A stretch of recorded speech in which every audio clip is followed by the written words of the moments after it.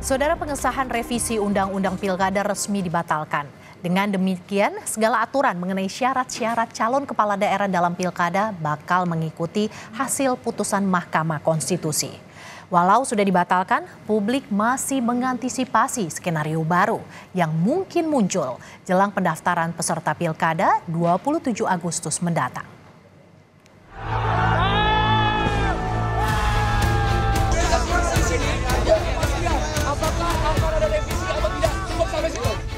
Pengesahan revisi Undang-Undang Pilkada yang memantik reaksi publik akhirnya dibatalkan. Sidang paripurna sebelumnya sempat tertunda 30 menit karena tak mencapai quorum. Ditambah tekanan dari mahasiswa yang berdemo di luar gedung DPR membuat sidang akhirnya ditutup tanpa pengesahan. Dengan dibatalkannya paripurna, Wakil Ketua DPR sekaligus pimpinan sidang Sufi Dasko Ahmad menyebut otomatis segala aturan mengenai syarat-syarat calon kepala daerah dalam pilkada bakal mengikuti hasil putusan Mahkamah Konstitusi.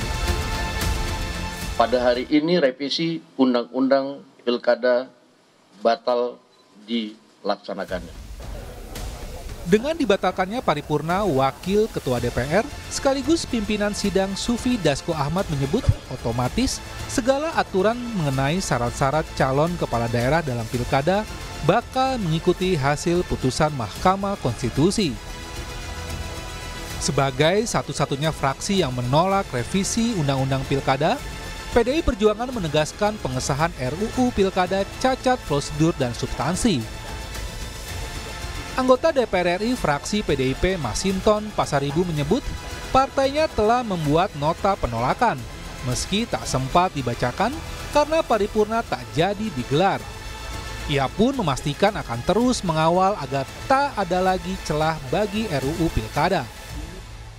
Kami tetap dengan pendapat kami, maka kami tidak sependapat dengan pembahasan di balik kemarin karena apapun tata cara prosedur pembuatan undang-undang itu harus memenuhi ketentuan yang diatur dalam undang-undang.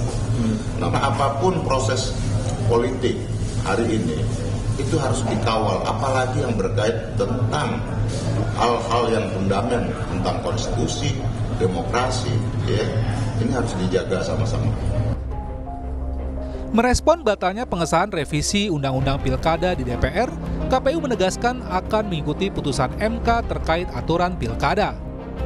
KPU akan segera berkoordinasi dengan Komisi 2 DPR untuk menyusun PKPU untuk Pilkada 2024. Kami juga sudah menyiapkan adaptasi atau mengambil substansi putusan yang kemudian kami normakan dalam draft PKPU yang kami kirimkan ke Komisi 2 atau DPR pada tanggal 21 Agustus. Untuk selanjutnya tadi setelah kami melakukan rapat pleno terbuka hasil pemilu pasca PHPU kedua di Mahkamah Konstitusi, kami juga menyampaikan bahwa kami dengan tegas akan melaksanakan putusan Mahkamah Konstitusi. Adapun langkah-langkah lanjutan berkaitan dengan yang kita lakukan terkait dengan tindak lanjut putusan ini, kami melakukan langkah prosedur tertib prosedur, yaitu dengan melakukan konsultasi, dengan melakukan pembahasan di Komisi 2 atau di DPR. Pengamat politik Universitas Paramadina sekaligus Direktur Eksekutif Indok Strategik Ahmad Khairul Uman menilai batalnya pengesahan revisi Undang-Undang Pilkada kemarin menjadi peringatan bagi pemerintah bahwa kekuatan rakyat masih kuat untuk mengawal kebijakan pemerintah. Selain itu, tidak quorumnya peserta sidang paripurna menjadi sinyal serius bagi Koalisi Indonesia Maju Plus yang dinilai tidak seiring sejalan berbeda dengan kondisi saat rapat balik ketika dominasi 8 fraksi menyetujui revisi Undang-Undang Pilkada dibawa ke paripurna untuk disahkan. Mbak Adisti, gerakan yang terjadi kemarin setidaknya memberikan beberapa pelajaran. Pertama, bahwa elemen civil society yang selama ini terdiam, kemudian terfragmentasi, ternyata masih bisa mengkonsolidasikan diri. Dan ini tentu memberikan political warning yang cukup serius bagi elemen-elemen lingkar kekuasaan yang selama ini menjalankan apa yang kita sebut sebagai autocratic legalism. Dan praktik itu terjadi berkali-kali di beberapa kesempatan, dan kemarin terkait dengan revisi Undang-Undang Pilkada, seolah kemudian itu menjadi babak yang kesekian kalinya untuk mempraktikkan autocratic legalism.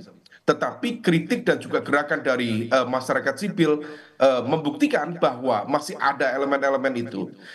Ya, ini menjadi early warning system, terutama bagi mekanisme internal kekuatan koalisi Kim yang sedianya akan mengawal pemerintahan baru Prabowo Gibran 5 tahun ke depan.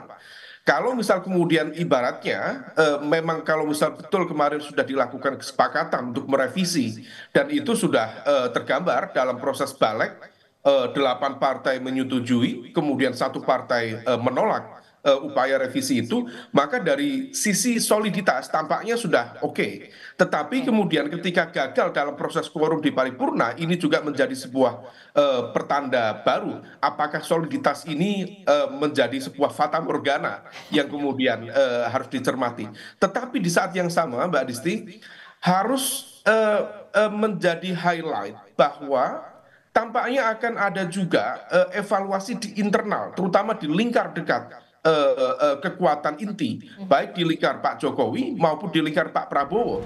Walau pengesahan revisi Undang-Undang Pilkada dibatalkan, namun proses sebelum pendaftaran peserta Pilkada yang akan berlangsung 27 hingga 29 Agustus mendatang tetap harus dikawal. Terlebih pada Senin pekan depan, KPU baru akan berkonsultasi dengan Komisi 2 DPR untuk membahas PKPU pendaftaran Pilkada. Publik mengantisipasi jangan sampai muncul skenario baru yang dinilai akan mengakali konstitusi. Tim Liputan, Kompas TV.